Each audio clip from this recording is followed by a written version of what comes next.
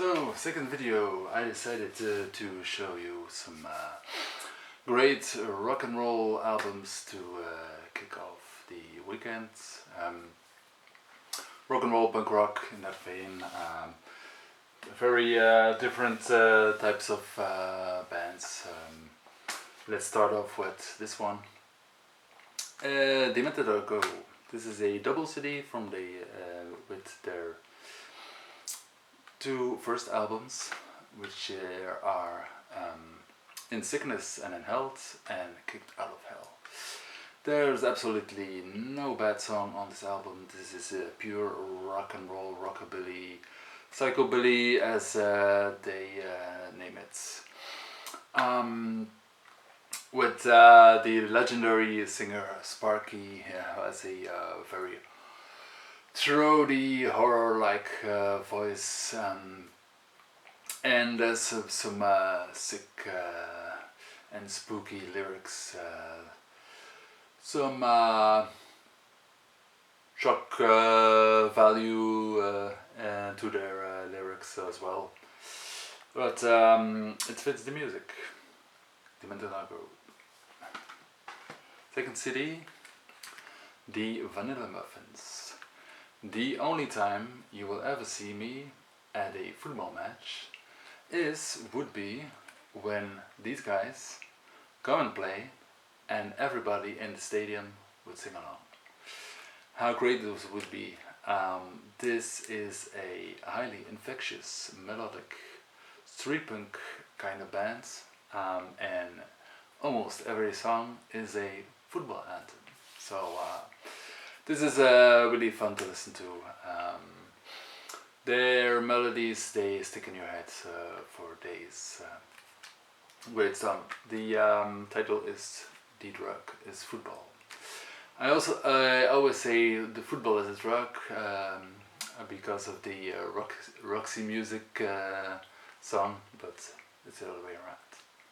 Vanilla Muffins from Switzerland.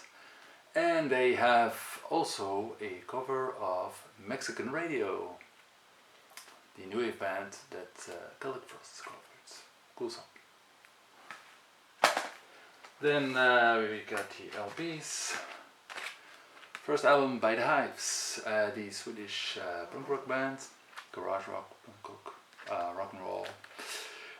This is their most, their wildest album, I think. They play super tight. It's really, you can go crazy on this album. Towards in the second side, the B-side, they have some more like American blues, rock and roll type songs, but every song on this album is great to get you started for the weekends. Highly recommend it. Another album by the Briefs. I think this is their debut, hit after hits. It's no lie, it's hit after hits. They play a 77 type punk, very melodic, very cool lyrics. You can sing along every word. Their third album, Six Objects, is also a great one. But it's for this video. Okay.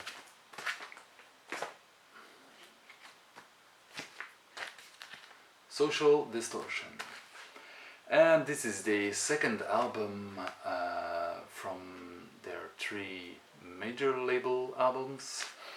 And the first album that would be the self-titled, which is for a decent half very good songs, but on this album there is no bad song or no mediocre song.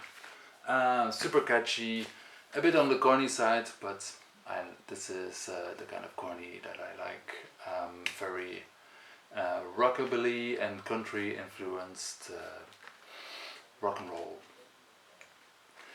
Somewhere between heaven and hell.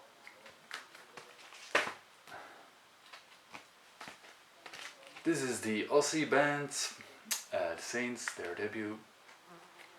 Many of the 77 have some type of angular, very short, very typical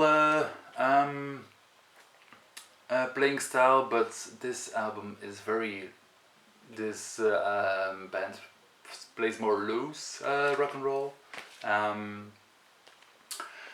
I don't play this album that much, but doesn't mean it's great. Maybe I'll play it after this video.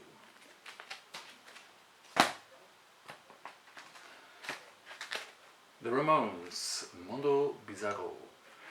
This is one of the first, I think, with CJ Ramone from 1992 on Chrysalis Records. This album features the songs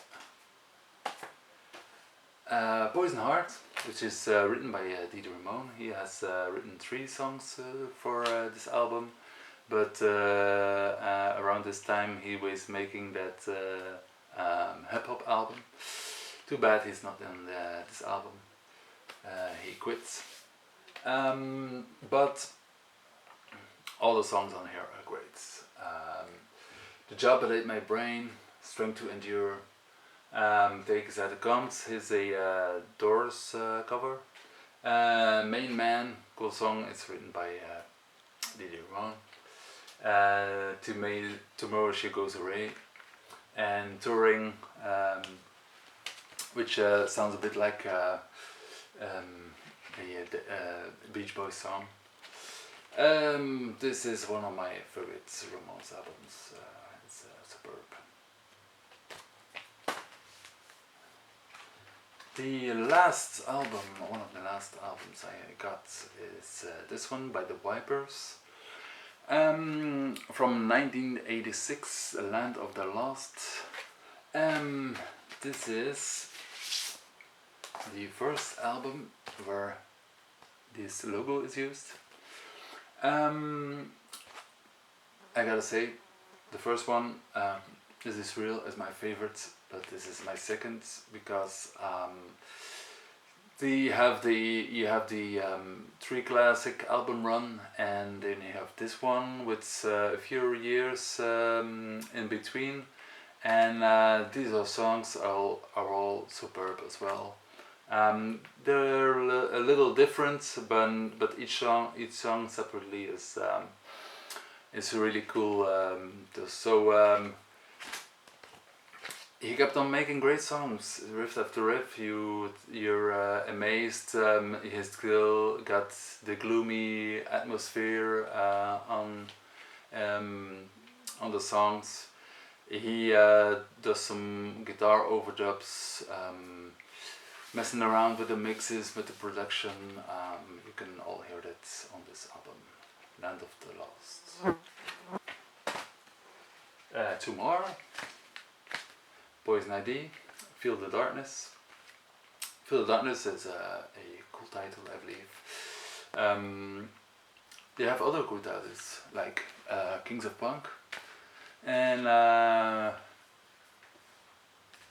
one about Ian MacKaye, I believe.